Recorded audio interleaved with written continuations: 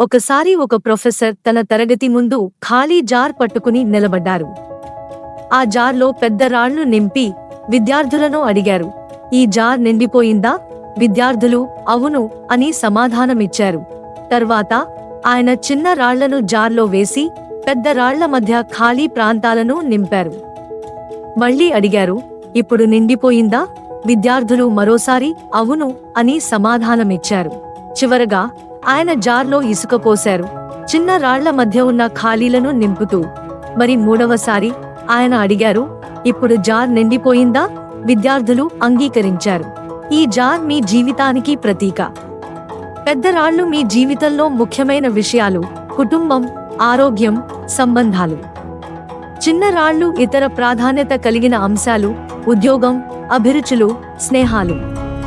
ఇసుక అనేది చిన్న విషయాలు, తక్కువ ప్రాధాన్యమైనవి.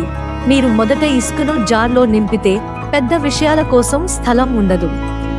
అందుకే మీ జీవితంలో ప్రాధాన్యత కలిగిన వాటికి మొదట ప్రాధాన్యత ఇవ్వాలి.